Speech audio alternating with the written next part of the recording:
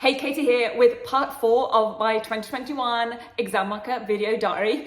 I think this will actually be released in 2022, to be honest, looking at some of the release dates that are being given out for different things, but that's okay. This is going to be my final entry for this year's ATAR exam marking video diary. And what I want to talk about is students having to discuss or describe or explain or analyze. And those are all different things, by the way. Describing is not the same as explaining, which is not the same as analysing, and discuss normally means analyse. That's a little PS side note.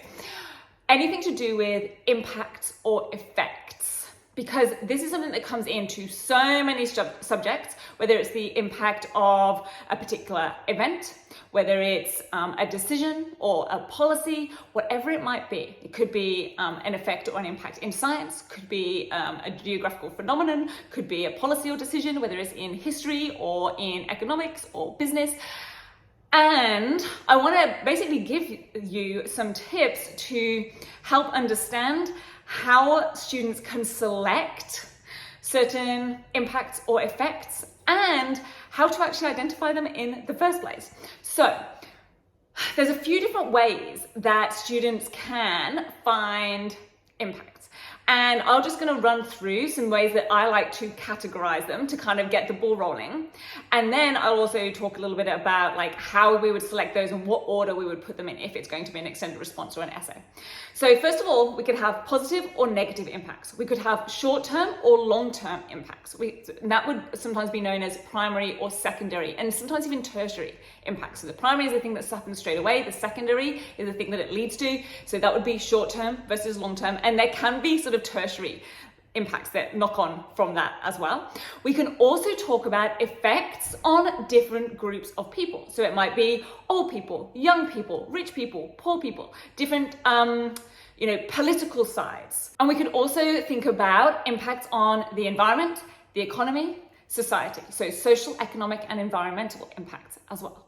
So there's a lot of ways that students could use those categories depending on what the question says, what the resources that they're given, what topic or concept they are needing to discuss.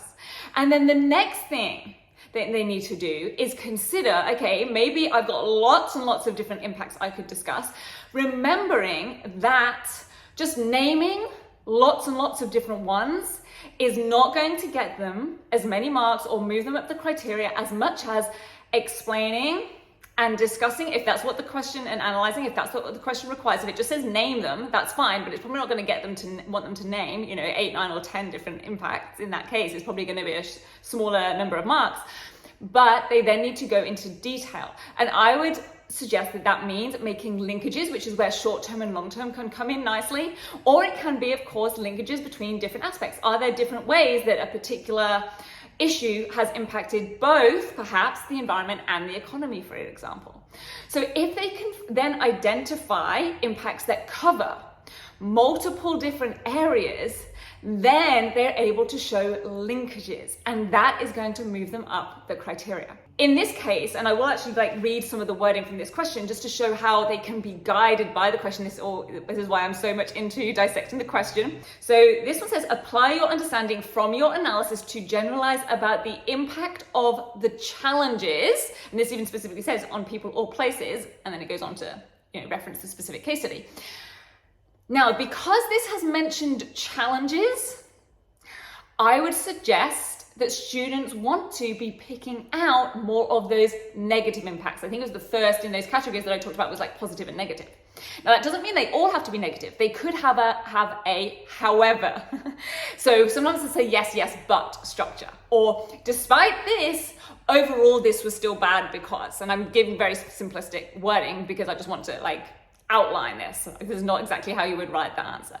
But they would want to be guided by the wording of the question, which discusses the challenges. So that guides them into thinking, okay, I'm probably going to be going on more of the negatives, but to really show this understanding and that it's, more complicated than just some specific impacts or basic results or effects that they're identifying, they may want to bring in at least one positive, or maybe just one positive, and show that it's a however. So yes, this can happen, but overall, here are the negatives. So I just wanted to share that because I know that some of the questions where they have to talk about impacts or effects of things have larger marks associated because there is a lot to be discussed. And I know some students can get overwhelmed in either trying to figure out or identify different impacts and how to have like a structured way of doing that, a methodical way of doing that, and then which ones to actually select and how to put them together in order to try and reach some of those higher criteria. So I really hope that you have enjoyed and gotten a lot out of this exam marker video diary whenever this is being aired and whenever you are watching this.